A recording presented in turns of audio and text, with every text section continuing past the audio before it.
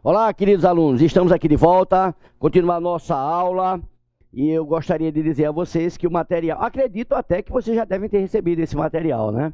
O material já foi entregue, a coordenação já deve ter passado para vocês, mas se não passou ainda, eu acredito que essa semana deve estar passando esse material para vocês.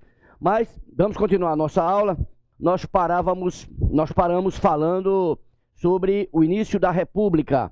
E eu dizia que no início da República existem algumas figuras que se destacam aqui em Pernambuco, e eu comecei falando justamente de Delmiro Gouveia, ok? Falei justamente do quartel-general do Derby, que foi o grande centro de compras, certo, de Delmiro Gouveia, considerado o primeiro shopping center do Recife.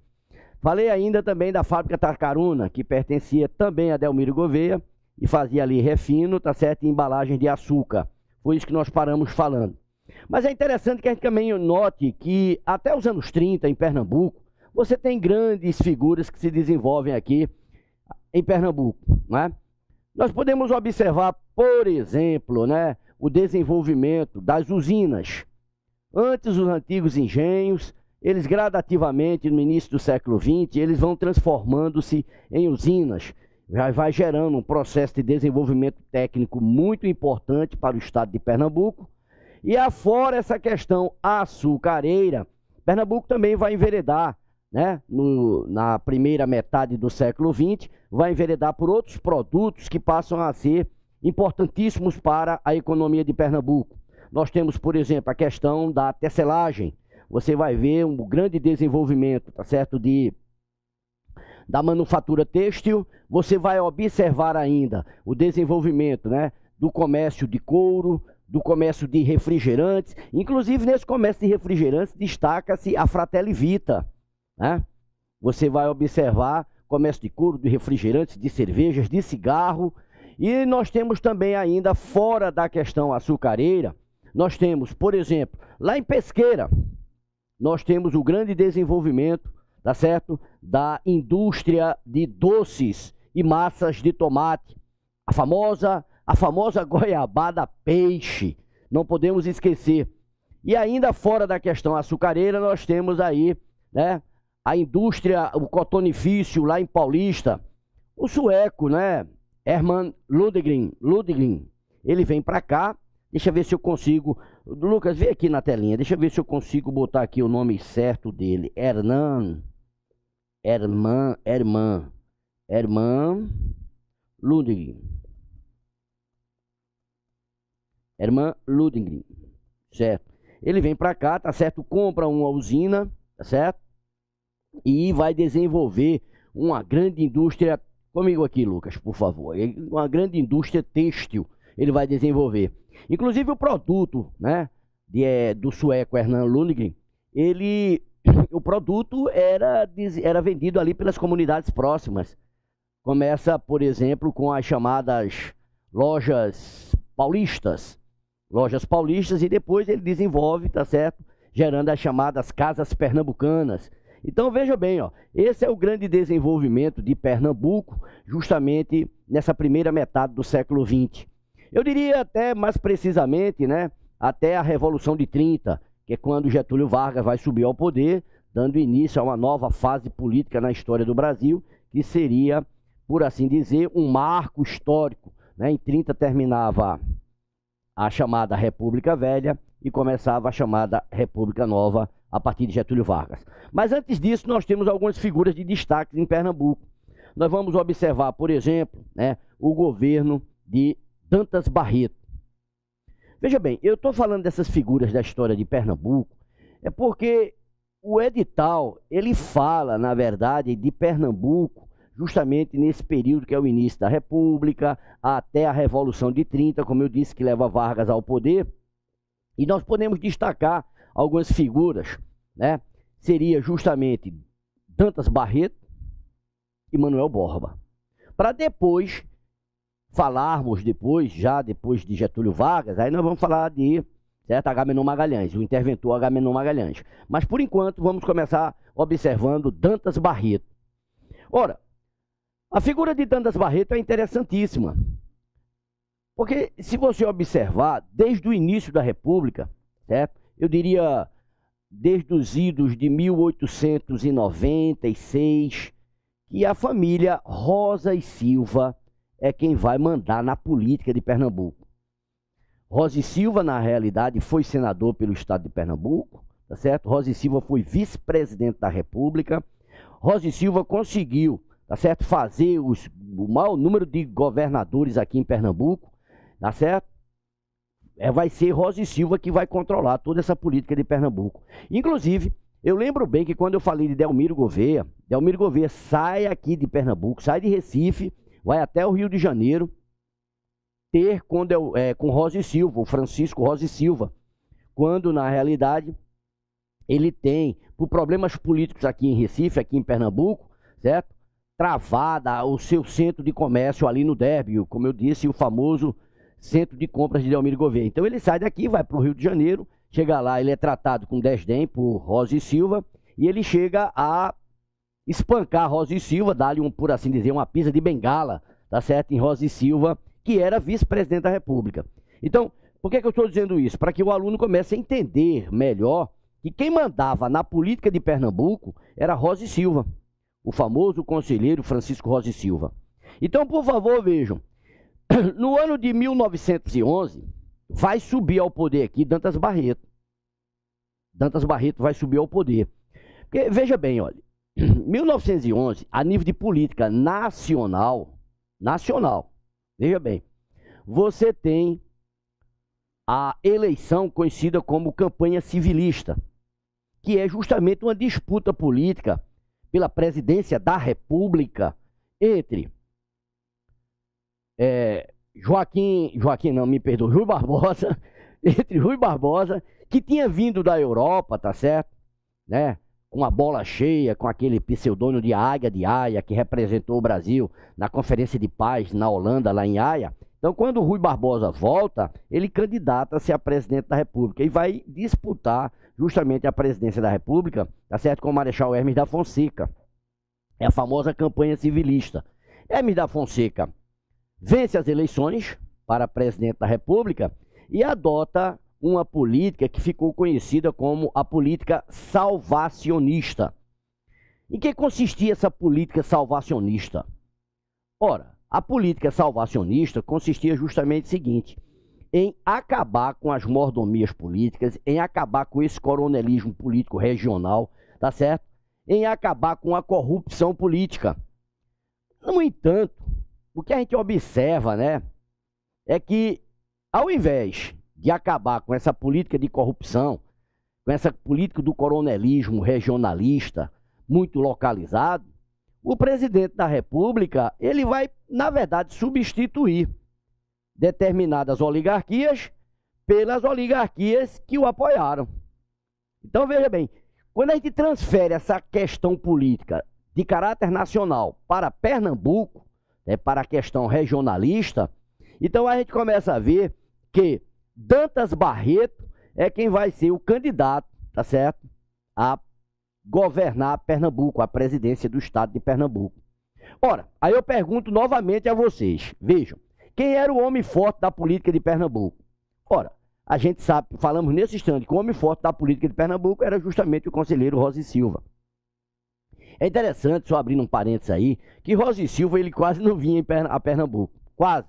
Né? Vivia muito mais no Rio de Janeiro, visitava o tempo todo a Europa, porém, quando ele viajava para a Europa, o navio tinha que passar aqui. Deixa eu fazer aqui, Lucas, deixa eu fazer aqui no mapinha para o aluno se situar geograficamente.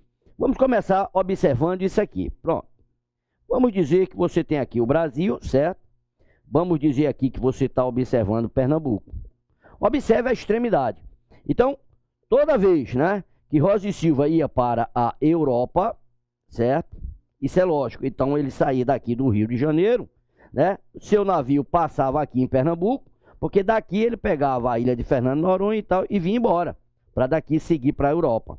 Então, por favor, ele passava sempre aqui em Pernambuco. E tem umas curiosidades aí interessantes, voltando aqui, viu, Lucas? Tem uma curiosidade interessante que Rosa e Silva muitas vezes nem do navio descia. Ele recebia seus aliados políticos dentro do navio, em seu camarim. Nem descia, para você ter uma ideia, quando a gente diz que Rosa e Silva praticamente visitava Pernambuco, ele não vivia em Pernambuco, praticamente. Então, veja bem, nas eleições de 1911, né, de 10 para 11, né, Rosa e Silva resolve candidatar-se governador de Pernambuco. Eu estou falando governador, mas se cair na prova presidente de Pernambuco, é correto. Na época, durante a República Velha, chamava-se presidente do estado de Pernambuco. Foi claro? Mas pode ser chamado governador, não tem problema. Então, veja bem, Rosa e Silva candidata-se a presidente da República. Ou, desculpa, presidente do estado de Pernambuco. Acontece que Dantas Barreto também vai candidatar-se à presidência de Pernambuco. Quando você analisa a biografia, tá certo, de Dantas Barreto, você começa vendo justamente o seguinte. Dantas Barreto, rapaz, foi um garoto que com 15 anos de idade, pra você ter uma ideia, né? 15 anos de idade, ele vai alistar-se voluntariamente no exército para lutar na Guerra do Paraguai. Né? Luta na Guerra do Paraguai, volta da guerra, tá certo? Já recebe a patente de oficial, de coronel, certo? Depois ele vai lutar também na Guerra de Canudos, ali no sertão da Bahia. Então, se você observar direitinho, Dantas Barreto, né, o marechal, coronel, general Dantas Barreto, ele tem uma carreira militar muito grande. E, além disso, era escritor, foi jornalista, cronista, tá entendendo? E era protegido político do presidente da República, Hermes da Fonseca. Então, vê como a coisa funciona. Ele vem para Pernambuco, certo? Volta a Pernambuco. E aqui em Pernambuco ele vai candidatar-se ao cargo também de governador do estado de Pernambuco.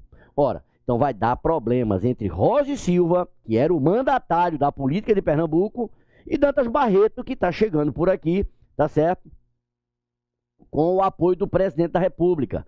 Eu poderia até dizer aqui justamente o seguinte: se eu tivesse que falar de aparato militar, certo? Eu diria que a Polícia Militar de Pernambuco apoiava Rosa e Silva. E enquanto o Exército, na figura do 49º Batalhão de Caçadores, o Exército apoiava Dantas Barreto, tendo em vista que Dantas Barreto era o candidato do presidente da República. Então você vê como o clima fica pesado, certo?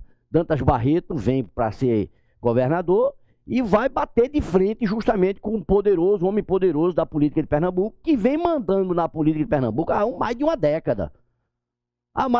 Resultado disso aí, viu? Acontecem as eleições e o Diário de Pernambuco vai propagar que Rosa e Silva venceu a eleição. Quando o Diário de Pernambuco divulga, né, a vitória, né, de Rosa e Silva, a coisa vai feder por aqui. Porque você vê que a sociedade, de um modo geral, ela está dividida em dois grandes grupos. Os dantistas, que defendiam Dantas Barreto, tá certo? E os rosistas, que defendiam Rosa e Silva. Então, veja bem, essa transição de governo, tá certo? De Estácio Coimbra, né? Que era o então governador, né? É quando acontecem as eleições, tá certo? É justamente nessa fase que Pernambuco vai virar, na verdade, um verdadeiro palco de guerra. Como dizia-se vulgarmente, era um sururu muito grande. Trocas de tiro, bala, sangue, a capital do estado vivia ensanguentada, tá certo? Por essa disputa. Até que chega um determinado momento que o governador Estácio Coimbra não aguenta, pede, na realidade, uma intervenção federal. E se a gente fosse observar direitinho, tentaram, inclusive, né, assaltar o palácio do governo. Partindo ali do Cais do Apolo, do Forte do Brum, tentam assaltar o Palácio do Campo das Princesas, tá certo? O governador Estácio Coimbra foge por trás, pega uma pequena embarcação, vai se esconder em suas terras lá pro lado de Porto de Galinhas. E aí, ó, veja bem, diante dessa confusão toda, diante dessa falta, dessa instabilidade política, tá certo? A Assembleia Legislativa revê a questão da contagem desses votos e, na verdade, termina Dantas Barreto ganhando por cerca de 1.640 votos em relação a Rosa e Silva. Era a vitória justamente de Dantas Barreto. Dantas Barreto, como militar, tá certo? Como militar, ele vai procurar, a primeira coisa que ele vai fazer, vai procurar acalmar os ânimos, tá certo? Vai desencadear uma política onde ele vai solicitar que as polícias e o próprio exército, tá certo? Procurar desarmar a população para evitar um maior ou o continuismo do derramamento de sangue, ok? Vai procurar minimizar essa situação de briga entre rosistas e dandistas e acalma a coisa. E se tratando da sua administração, a gente começa a ver o seguinte. Dantas Barreto, ele começa em 1911 e vai governar até 1915, ok? Vejam bem, crianças, o que a gente pode observar é justamente o seguinte. A primeira coisa que ele vai fazer, ele vai tentar, né, uma mutação genética, tá certo, no gado, lá no interior. Certo? Ele vai trazer o boi zebu, tá certo, para tentar uma mutação genética com o gado crioulo que tinha por aqui, certo? Também trouxe também o gado Nelore. Aí você fica perguntando, mas rapaz, isso é importante? Olha, eu tenho que dizer essas coisas, porque faz parte do governo dele. Eu poderia dizer para vocês uma outra coisa importante no governo dele, tá vendo? É justamente a modernização do Porto de Recife, tá? O Porto do Recife não tinha um calado suficiente para os navios, para a época, os grandes transatlânticos e tudo mais, ancorarem aqui no Porto do Recife. Então, é durante o governo dele, né? Eu não estou dizendo que o processo de reforma, de modernização do Porto de Recife começa justamente com ele. Não, não vai começar com ele. Esse processo de modernização do Porto de Recife vem desde 1907, 1906, 1907, mas a dinâmica da modernização do Porto de Recife vai acontecer no governo de Dantas Barreto. Então, Dantas Barreto vai modernizar o Porto do Recife. Essa modernização do Porto de Recife será inaugurada em 1917, né? Se você olhar, ele vai até 15. Dantas Barreto governa de 1911 a 1915. E a modernização será inaugurada em 17, quer dizer, no sucessor de Dantas Barreto, que vai ser Manuel Borba. Então, veja bem, a modernização do Porto vai ser muito acelerada no governo dele, tá certo? E a gente começa a observar que ele vai procurar abrir estradas ligando a capital ao interior. E tem um detalhe que eu já ia esquecendo. Veja, nessa modernização do Porto de Recife, certo? Alguns monumentos históricos e algumas ruas tradicionais do Recife antigo, na verdade, esses monumentos e essas ruas serão destruídas. Vão desaparecer muitas ruas ali do Recife antigo, elas vão desaparecer. Tem uma rua que eu sempre digo para o pessoal que faz o concurso da polícia, é a rua do Bom Jesus, antiga rua dos judeus ali, antiga rua do comércio, rua do bode, rua dos mercadores, hoje a famosa rua do Bom Jesus. Essa rua se mantém, tá certo? Até ali o arsenal da Marinha e o que você chama de Torre Malakoff. Essa rua não foi mexida. Até porque você tem que observar que ali na rua do Bom Jesus, ao final, tá certo? Você tem a Praça do Arsenal e vai ter justamente a Torre Malakoff. A Torre Malakoff, na realidade, ela era a Capitania dos Portos e foi a Capitania dos Portos durante muitos anos, tá certo? A Torre Malakoff. Então, essa rua não foi mexida com a modernização do porto, mas outras ruas desapareceram ali, né? Inclusive, igrejas, o arco, existiam dois arcos, eu já ia esquecendo isso, veja, que ligava, né, o Recife à ilha de Santo Antônio, através da ponte Maurício de Nassau. Então, existiam dois arcos, um no Recife, que era o arco da Nossa Senhora da Conceição, e um do lado já na ilha de Santo Antônio, que era justamente o arco de Santo Antônio. Esses arcos desapareceram. Se você olhar direitinho, observando hoje a ponte Maurício de Nassau, que liga o Recife antigo, tá certo? A ilha de Santo Antônio, os arcos não existem mais, mas você observa que em cada cabeceira da ponte tem uma estátua imensa. Essas estátuas substituíram os arcos, que eram uma característica, tá certo? Aqui do estado de Pernambuco. Veja bem, grandes avenidas foram abertas, como a Avenida Rio Branco, tá certo? A Marquês de Olinda são abertas. Então, justamente, era o processo de modernização. Nesse processo de modernização do porto, teriam que ser abertas essas vias para o escoamento de produtos do cais do porto para o litoral. Isso aí era uma coisa que a sociedade pernambucana vinha brigando por isso há muito tempo. haja vista que os navios de grande porte ficavam distantes, não entravam no Porto do Recife, porque o porto não tinha um calado suficiente para abrigar esses grandes navios. Então, veja bem, Dantas Barreto, na verdade, começa um processo também de saneamento do Recife, né? Vai aparecer, né, um processo de saneamento, um projeto, e eu sempre chamo a atenção de uma coisa interessante. Esse projeto de saneamento do Recife, de um modo geral, isso vem desde Maurício de Nassau, rapaz.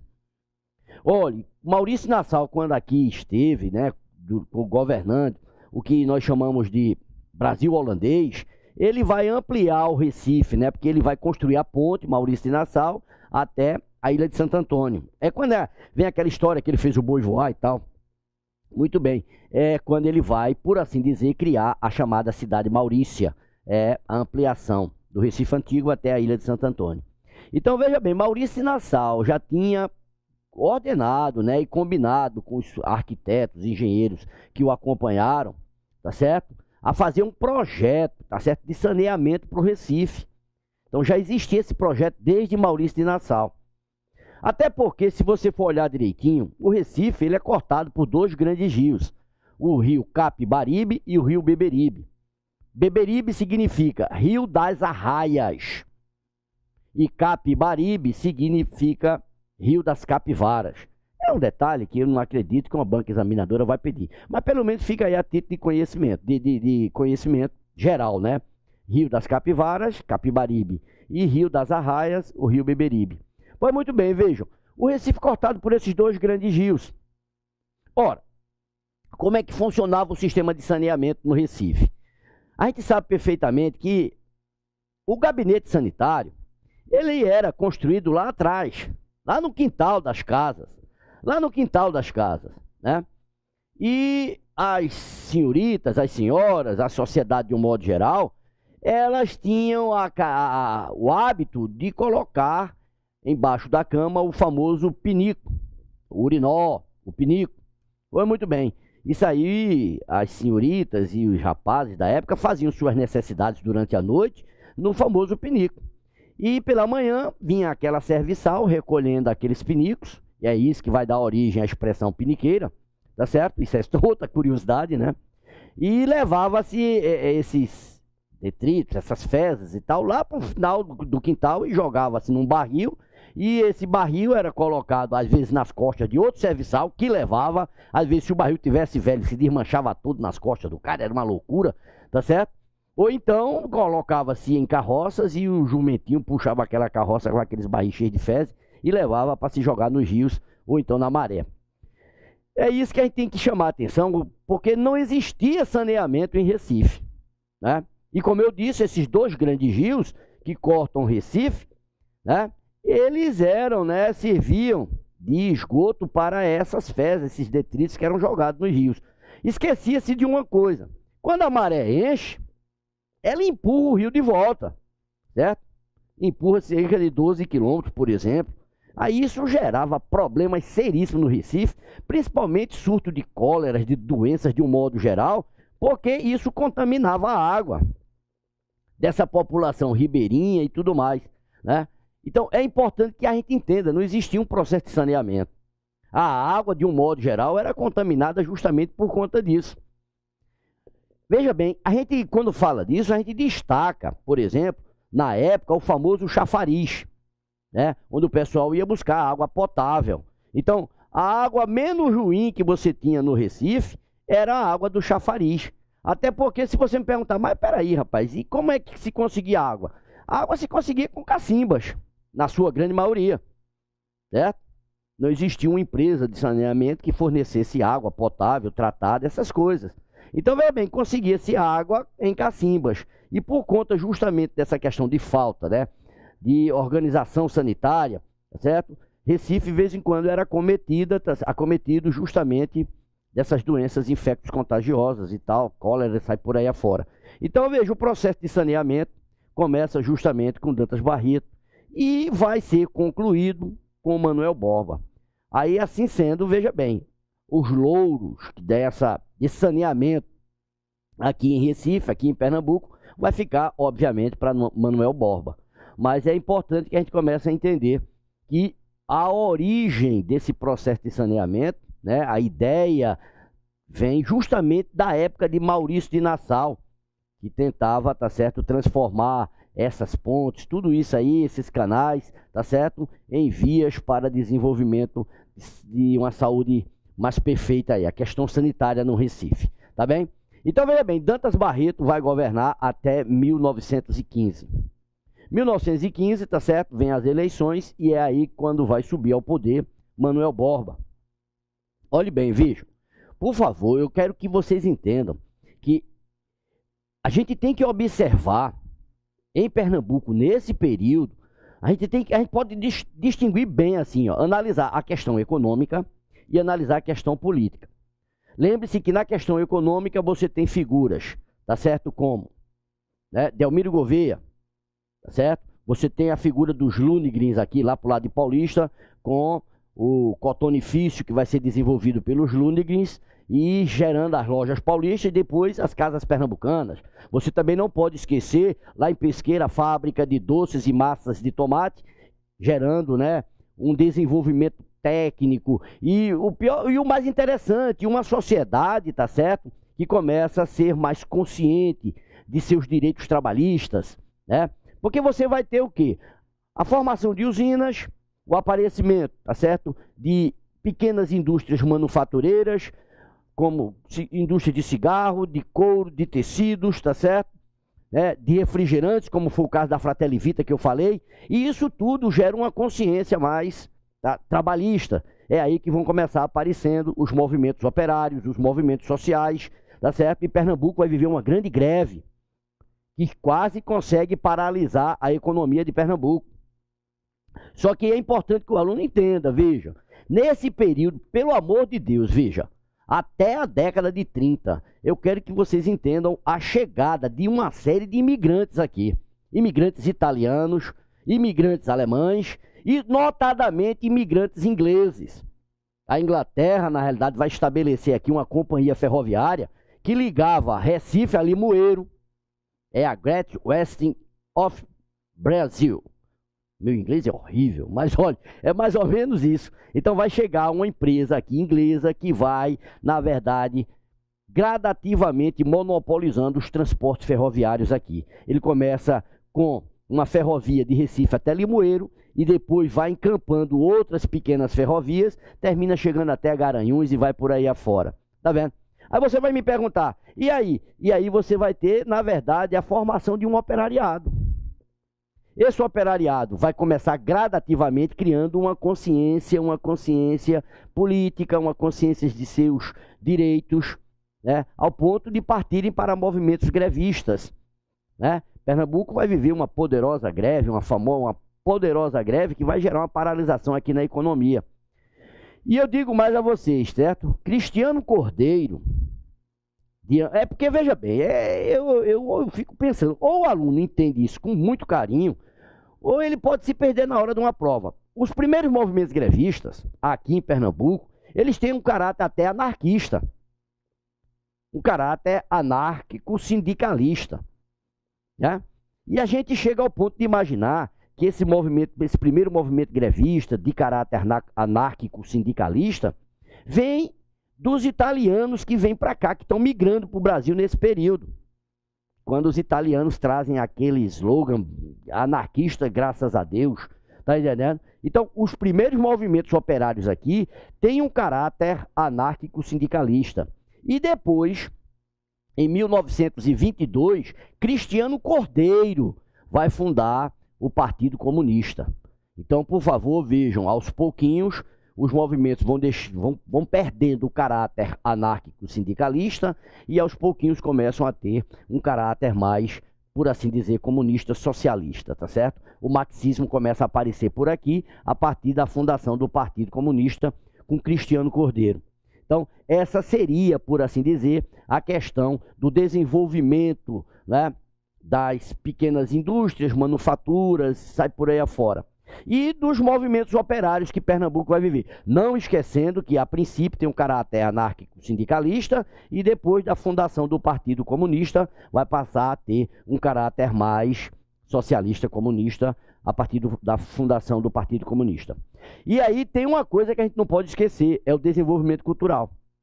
Porque se eu perguntar para você qual foi o primeiro curso, né, superior que você vê aqui em Pernambuco, seria justamente o curso de Direito. E os outros? Daqui a pouco a gente fala, eu volto já já para a gente concluir isso aí e terminar essa parte dessa Primeira República, ok? Volto já, espera aí, 2 minutinhos, volto já.